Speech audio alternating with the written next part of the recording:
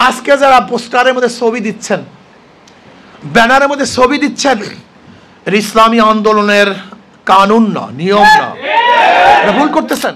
আমরা ইবাদত করতেছি। নিজেকে প্রচার করা ইসলামী আন্দোলনের দায়িত্ব না, তার আদর্শকে প্রচার করা ইসলামী আন্দোলনের দায়িত্ব। যখনই নিজের ছবি দিয়ে নিজেকে প্রচার করবেন তখন নিজের মধ্যে অহমিকা চলে আসবে, নিজেকে নেতা হওয়ার ভাব চলে আসবে। আপনি ছবি দিলে রহমত আসবে না আল্লাহ পাকের গজব আসবে? আপনি কেন ছবি দিতে যাবেন? আপনার ঘরের মধ্যে কি ছবি থাকবে? আপনি ফতুয়া দেন। আপনার ঘরের মধ্যে আপনি ছবি রাখতে পারবেন? ফতুয়া দেন। মসজিদের মধ্যে ছবি রাখতে পারবেন? ফতুয়া দেন। যেই কাজটা মসজিদে করতে পারবেন না, ঘরে করতে পারবেন না, সেই কাজটা আপনি করছেন কেন? ইসলামী আন্দোলনের ডিউটি না, নিয়ম না। মোবাইল এক জিনিস, এইটার ব্যাপারে ফতুয়ার মধ্যে ইখতিলাফ আছে।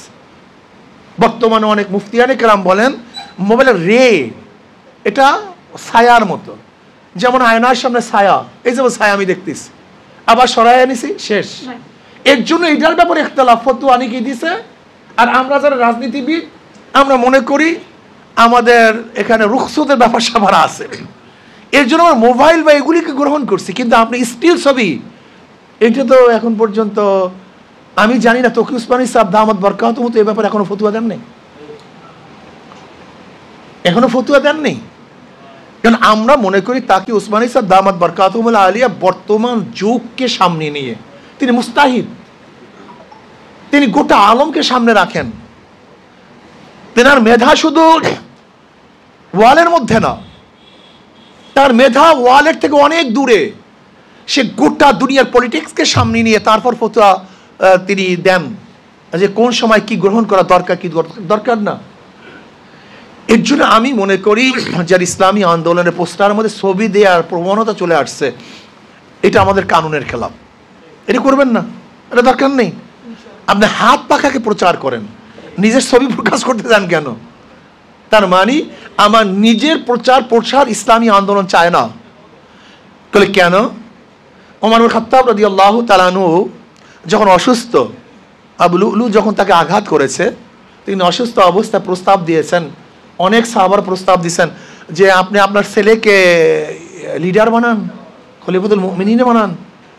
তিনি কি বললেন? যেই বোঝা আমি বহন করেছি, যে ভার আমার মাথায় ছিল, আমি চাই না আমার কোনো সন্তান সেই ভার, সেই ওজনকে বহন করুক।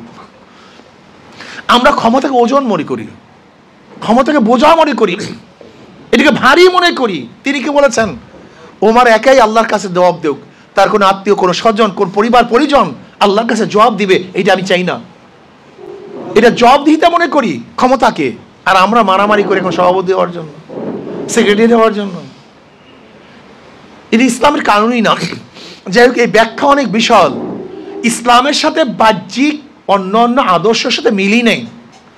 আমরা তো ক্ষমতা জিতেই চাই না, আমি তো লিডার হতেই চাই না, কিন্তু জনগণ যখন প্রয়োজন মনে করে তখন প্রয়োজনের ক্ষেত্রে আমি আসি। আমি ইমাম হতে চাই না, যদি ইমামতি কেউ নাই করে তো ইমাম হবে কে? একজন করতে হবে। কিন্তু আমি চাই না যখন মুক্তাদিরা, মুসল্লিরা বলে আপনি যান, তখন তাদের প্রয়োজনে আমি যাই। পার্থক্য করে বুঝাতে পারছি তো? একটা নিজে যাওয়া আর জনগণের প্রয়োজনে যাওয়া দুইটা এক জিনিস না। যখন আপনি নিজে যাবেন তখন আপনি হবেন জালেম, অত্যাচারী। আর যখন জনগণের জন্য যাবেন তখন আপনি হবেন খাদেম, সেবক। এই দুই মধ্যে হাজার হাজার পার্থক্য আছে।